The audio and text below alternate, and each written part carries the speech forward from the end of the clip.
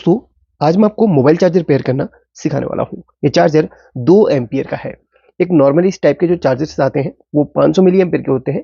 ये 2 एम्पीयर वाला चार्जर है। डीसी 5 वोल्ट 2 एम्पीयर, यानी कि ये एंड्रॉयड मोबाइल में ज़्यादातर इस्तेमाल किया जाता है। तो इस चार्जर में आने वाले फॉल्ट को किस तरीके से ढूंढते हैं, किस तरीके से रिपेयर करते हैं, इस वीडियो में आपको डिटेल से बताऊंगा। तो इस वीडियो को कंप्लीट वॉच करना, कोई सवाल हो तो पूछ लेना, और वीडियो पसंद आती है तो लाइक जरूर कर लेना। ये हमें मुझे कहाँ से देख रहे हैं कमेंट करके जरूर बताना। और वीडियो के बीच में एक सवाल पूछूंगा, देखते हैं कितने लोगों को उसका आंसर पता होता है।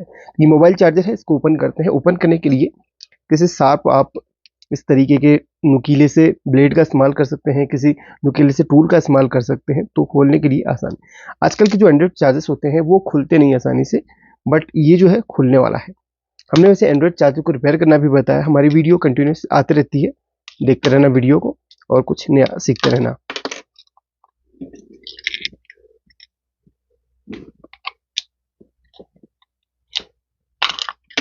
तो फाइनली चार्जर खुल गया है। इसमें से कुछ टूट के गिरा हुआ कंपोनेंट, ये देखिए, ये कंपोनेंट टूटा हुआ है और जला भी है।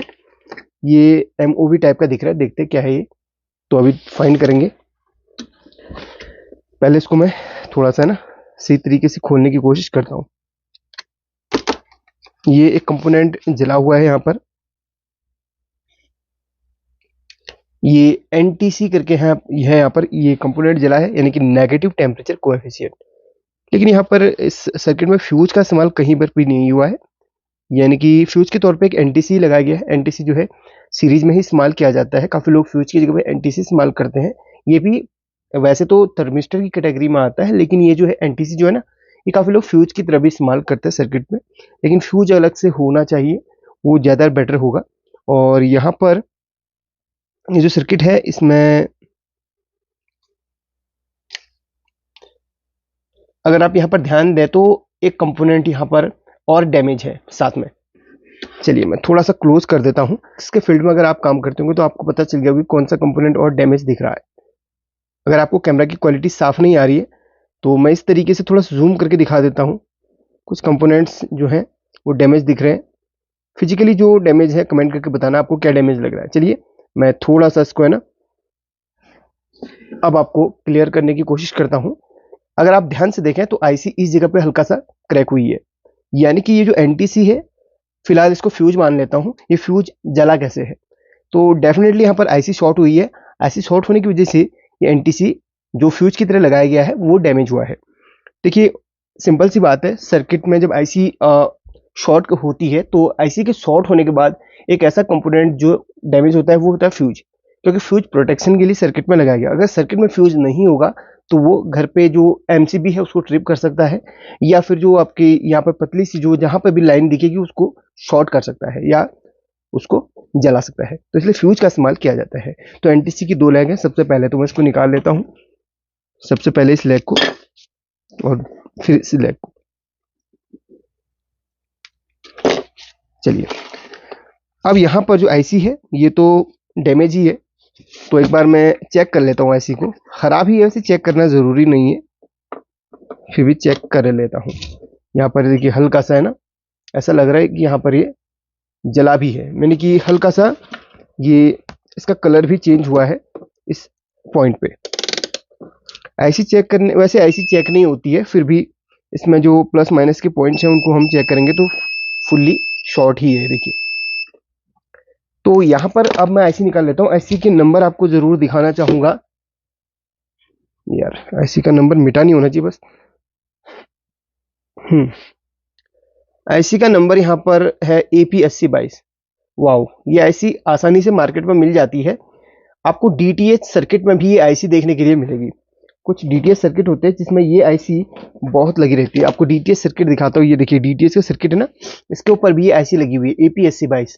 ये जो डीटीएच की सर्किट या सप्लाई या एसएमपीएस है, इसमें इस आईसी का इस्तेमाल होता है। और जहाँ पे आईसी होती है लगभग वो सप्लाई 2 से 3 एम्पियर आउटपुट करती है। तो ये जो है आईसी वाला चार्जर है या अडेप्टर है समझ लीजिए, तो ये आसानी से रिपेयर हो जाएगा। तो पहले मैं एक काम करता हूँ, इसमें आईसी निकालता हूँ, उसके बाद जो यहाँ पर कंपोनेंट दिख रहे हैं प्राइमरी सेक्शन में, उसको मैं चेक करूंगा। प्राइमरी सेक्शन में क्या क्या कंपोनेंट्स आते हैं, ये जो आप ट्रांसफार्मर दिख रहे हैं, इससे पहले जितने भी कंपोनेंट्स हैं ये हमारे प्राइमरी सेक्शन में माने जाते हैं। डायोड की स्थिति देखूंगा, इस कैपेसिटर को चेक करूंगा, ऑप्टोकपलर की 2 लेग चेक करूंगा, ये डायोड चेक करूंगा, और बाकी छोटे छोटे कैपेसिटर वगैरह चेक कर लूंगा, और ये भी कैपेसिटर है उसको भी चेक कर लूंगा। बाकी इधर के कंपोनेंट्स उड़ने के चांसेस कम होते हैं। जब आईसी शॉर्ट होती है तो प्राइमरी सेक्शन में ही हमारे दिक्कत होती है। चलिए एक बार मैं इसको भी डिस्कनेक्ट कर लेता हूं ताकि हम फ्रीली इस सर्किट पे काम कर सकें। चलिए यहाँ पर एक चीज और दी गई है, देखिए यहाँ पर है ना यूएसबी के लिए सॉकेट, इसमें सॉकेट भी दिया गया है। तो आप चाहें तो उसमें वायर को हटा के यूएसबी वाला सॉकेट यहाँ पर लगा सकते हैं इजीली। देखिए दिया गया है कंपनी की तरह। तो चलिए सबसे पहले मैं इस आईसी को बाहर निकालता हूँ, फिर दूसरी आईसी इंस्टॉल करके आपको दिखाऊंगा।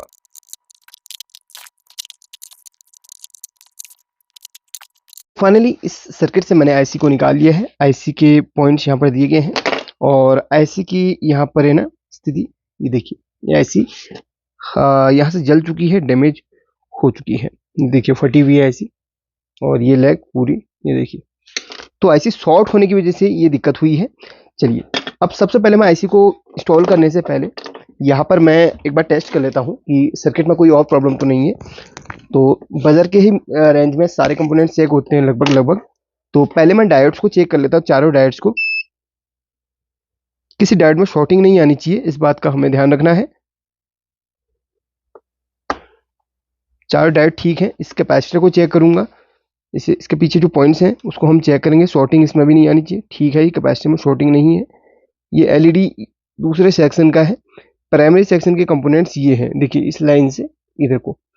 अब यहाँ पर इस नीले वाले कैपेसिटर को भी देख लूंगा, ब्लू वाले जो सिरेमिक कैपेसिटर इसको भी देख लूंगा, शॉर्टिंग इसमें नहीं। इस वाले कैपेसिटर को भी देख लूंगा, इसमें भी शॉर्टिंग नहीं है। ऑप्टो कपलर की यहाँ पर इस तरफ की 2 लेग को हम चेक करेंगे, इसमें शॉर्टिंग नहीं होनी चाहिए। और उस लेग को हम चेक नहीं करेंगे क्योंकि ये सेकेंडरी सेक्शन में है। तो इस तरफ की लेग हमारी ठीक है, कोई भी शॉर्टिंग नहीं है। इस डायोड को चेक करेंगे, रीडिंग सही बता रहा है, कोई शॉर्टिंग इसमें नहीं है। तो यहाँ पर बस इतने ही कंपोनेंट्स होते हैं हमारे प्राइमरी सेक्शन में। तो आईसी एक मेन ऐसा कंपोनेंट होता है जो अधिकतर खराब होता है। अब देखिए यहाँ पर सबसे पहले हम उस नंबर की आईसी आपको दिखाना चाहेंगे। पहले मैं एक सेकंड इसको ढूंढ लेता हूँ आईसी को।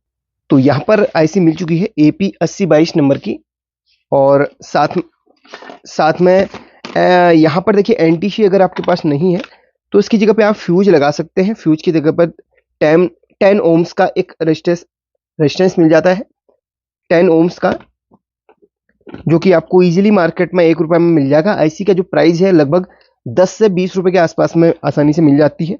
हो सकता है आपके यहाँ थोड़ा सा ज़्यादा हो रेट, बट वैसे आईसी का एक नॉर्मली प्राइस 15-20 रुपए 25 रुपए ज़्यादा देता है, उससे ज़्यादा नहीं होता, इतना मिल जाता है। और ये रजिस्टर की जो वैल्यू है 10 ओम से, बट मल्टीमीटर में 13 दिखा रहा है। इसलिए दिखा रहा है क्योंकि मल्टीमीटर थोड़ा सा गड़बड़ हो रही है। अब ये सही वैल्यू दिखाएगा 10 ओम्स। तो ये 10 ओम्स का एक रजिस्टर है, एनटीसी की जगह पे आप लगा सकते हो। और ये आईसी है AP 8022। ऊपर एक साफ साफ अक्षरों में लिखा होता है AP 8022। ये देखिए AP 8022 इसमें लिखा हुआ रहता है।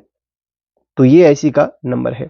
तो आईसी जो लगाने की जो पोजीशन है, यहाँ पर देखिए यू लिखा हुआ है, ऊपर हल्का सा एक,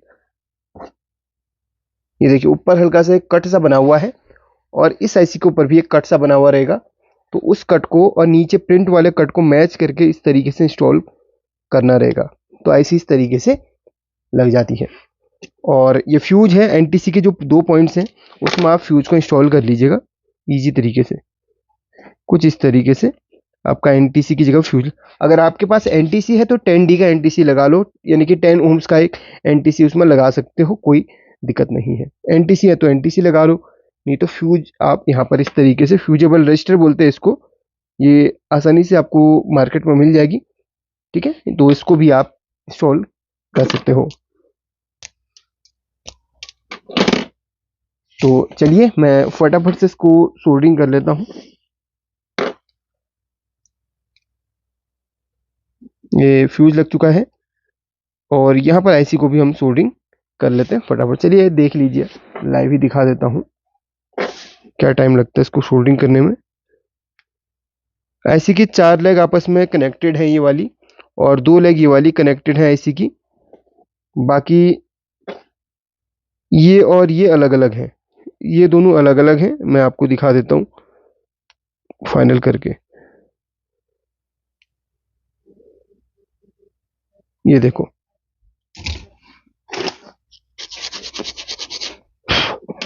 एक्चुअली ब्रूश थोड़ा सा खराब था हमारा ब्रश, तो इसने ब्लैक कर दिया इस पॉइंट को। तो देख लो, ये चारों लेग ऐसी की एक साथ कनेक्टेड है और ये दो लेग एक साथ कनेक्टेड है और ये दोनों अलग अलग हैं। यानी कि इसके फर्स्ट और दूसरी पिन आपस में, यहाँ से फर्स्ट ये कट के जस्ट नीचे से फर्स्ट पिन गिनी जाती है, इस तरीके से घूमते हुए लास्ट पिन ये होती है। अगर ये फर्स्ट है तो ये चौथी है, ये पांचवी है और ये आठवीं है, इस तरीके से गिनी जाएगी। ठीक है, तो फर्स्ट और दूसरी लेग आपस में कनेक्टेड है, तीसरी चौथी सेपरेट है, पांचवी छठी सातवीं आठवीं अलग अलग यहाँ पर ऐसी की लेग है। अब थोड़ा सा इसको क्लीन कर लेता हूँ ताकि थोड़ा सा ये और अच्छा दिखाई दे। क्लीनर की हेल्प से इसको क्लीन कर दें आप भी, अगर आपको क्लीन चाहिए तो। कुछ इस तरीके से हो गया क्लीन कुछ ही सेकंड पे। अच्छा, अब यहाँ पर देखिए, जो हमने वायर निकाली थी उसके कनेक्शन कैसे होंगे, काफ़ी लोग भूल गए होंगे, तो उन्हें मैं ज़रा सा याद दिला दूँ। तो एक जो इनपुट वाली जो वायर होती है, एक वायर के कनेक्शन ये फ्यूज के एक पॉइंट से होगा। ये फ्यूज है तो इसके जस्ट यहाँ से एक वायर को कनेक्ट आप कर लेना फ्यूज के एक पॉइंट में, क्योंकि फ्यूज हमेशा सीरीज में लगाया गया होता है। कुछ इस तरीके से होगा कनेक्शन। और दूसरी वायर का कनेक्शन डायोड के इसमें इस वाले पॉइंट में होगा। वैसे भी यहाँ पर सोल्डरिंग का थोड़ा सा निशान है, तो काफ़ी लोगों को है ना दिक्कत नहीं होगी ये काम करने में। तो ये डायोड के इस पॉइंट में होगा इसका कनेक्शन। तो यहाँ पर मैं थोड़ा सा पेस्ट लगा लूँ ताकि ये सही तरीके से सोल्डरिंग हो सके। चलिए, अब मेन है जो आउटपुट है उसके कनेक्शन कैसे होने हैं, तो उसके भी इजीली आपको समझ में आ जाएंगे। बस देख लो, यहाँ पर थोड़ा सा समझ लो। ये इनपुट के कनेक्शन होंगे, आउटपुट के जो कनेक्शन होंगे, ये रेड वाला पॉजिटिव की वायर होती है। एक सिंपल सा है, यहाँ पर जो कैपेसिटर है, आउटपुट में जो कैपेसिटर है, कैपेसिटर के प्लस माइनस में जोड़ लो, या तो सिंपल सा उसी पॉइंट में ये लगाए गए रहते हैं। ठीक है, कुछ तो इस तरीके से उसमें कनेक्शन होते हैं। जो कैपेसिटर का पॉजिटिव होता है उसमें आप इस तरीके से पॉजिटिव के कनेक्शन कर लो, और सॉरी पॉजिटिव रेड कलर की वायर हमेशा होती है एक नियम के हिसाब से, और नेगेटिव की वायर कैपेसिटर के नेगेटिव से जोड़ लो, जैसे कि यहाँ पर दिया गया था ऑलरेडी। कुछ इस तरीके से नेगेटिव वायर के कनेक्शन हो जाएंगे। अब देखिए, फाइनल इसको करने से पहले आप मेन कैपेसिटर पे रेक्टिफायर के बगल वाले कैपेसिटर पे देख लो कहीं शॉर्टिंग तो नहीं आ रही। काफ़ी बार क्या होता है ना, जब आप जो आईसी लगा रहे होते हैं वो सही नंबर की मैच नहीं हो पाती है, क्योंकि एपीएससी बाइस में दो तीन टाइप की आईसी आती हैं।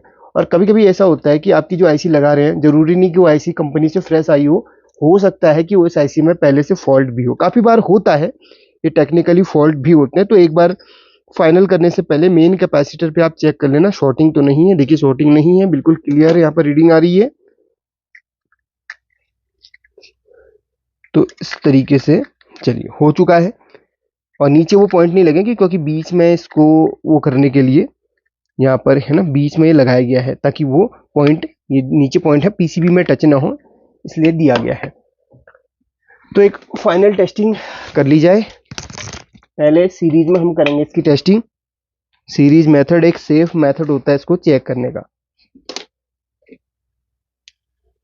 तो यहाँ पर हम चेक कर लेते हैं। आप देखें यहाँ पर एलईडी जल चुकी है, ये देखिए आप ध्यान देंगे तो एक ब्लू कलर की एलईडी यहाँ पर जल चुकी है कुछ, ये देखिए शायद आपको एलईडी जलती हुई दिख रही होगी मेरे हाथ पे, यानी कि ये काम कर गया। अच्छा, 5 वोल्ट ये एक्यूरेट दे रहा है कि नहीं, इसको भी हम चेक करेंगे। काफ़ी बार क्या होता है, जो आईसी आप लगा रहे हैं वो सही तरीके से स्विचिंग नहीं कर पाती है और वो 5 वोल्ट आउटपुट नहीं कर पाती है, कभी कभी ज़्यादा वोल्ट भी आउटपुट करती है, ऐसा हमने बहुत बार देखा है। तो इसको हम चेक करेंगे फाइनली कि 5 वोल्ट आउटपुट कर रहा है या फिर नहीं। सबसे पहले तो मैं ये जो वायर्स हैं इसको मैं यहाँ पर सोल्डिंग कर ही लूँगा, क्योंकि मेरे पास यहाँ सॉकेट नहीं है। सॉकेट है सामने, और सामने सॉकेट है तो फिर दिक्कत हो जाती है इसको बार बार वो करने में। तो यहाँ पर मैं जोड़ लेता हूँ फिलहाल, आपको चेक कराएं फाइनल तक। अब चेक करा के दिखाना सही रहता है। काफ़ी लोग कमेंट्स भी करते हैं, तो वो चीज़ें काफ़ी बार लगता है कि यार काफ़ी लोगों को भरोसा नहीं होता काम पे, तो करना पड़ता है। तो अंदर देखिए चार्जर की लाइट जल चुकी है, ब्लू कलर की है, और वोल्टेज हम चेक करेंगे। प्लस की जगह प्लस और माइनस की जगह माइनस आ रहा है कि नहीं, वो हम चेक करेंगे। तो आप देख रहे होंगे 5.4 वोल्ट, एक्यूरेट 5.4 वोल्ट आउटपुट कर रहा है। करेक्ट 5 वोल्ट नहीं करता, थोड़ा सा ज़्यादा करता है। जब ये लोड पे जाता है तो एक्यूरेट फिर वो 5 वोल्ट बन जाता है, यानी कि ये सही कर रहा है आउटपुट, कोई शक की बात नहीं है। ठीक है, तो हमारा चार्जर बन चुका है बहुत आसान तरीके से। सिर्फ 2 कंपोनेंट्स हमने चेंज करे थे। हाँ, काफ़ी लोग एनटीसी पे कंफ्यूज हो सकते हैं, तो एनटीसी नहीं मिलता है तो आप एक फ्यूज लगा सकते हो। फ्यूज भी ना मिले तो आप एक पतली सी वायर को जंप कर सकते हो, लेकिन भाई फ्यूज लगाना जरूरी है इसको प्रोटेक्ट करने के लिए। ठीक है, अगर आपको वीडियो पसंद आई तो वीडियो को लाइक कर लेना, एक प्यारा सा कमेंट जरूर करना। एक सवाल जो मैंने पूछना था वो मैं आपसे पूछना चाहूंगा, कंपोनेंट का क्या नाम है, कमेंट करके जरूर बताना। देखते हैं कितने लोगों को इसका आंसर पता है। जिन्हें पता है कमेंट करके बताना। ऐसे सवाल हमेशा पूछता रहूंगा ताकि आप लोगों को कुछ नया नया सीखने को मिल सके। जो इस फील्ड पे नए हैं खास उनके लिए सवाल है, जो लोग पुराने हैं उनको तो पता ही होगा इस कंपोनेंट का क्या नाम है। चलिए, टेक केयर, अपना ख्याल रखिए।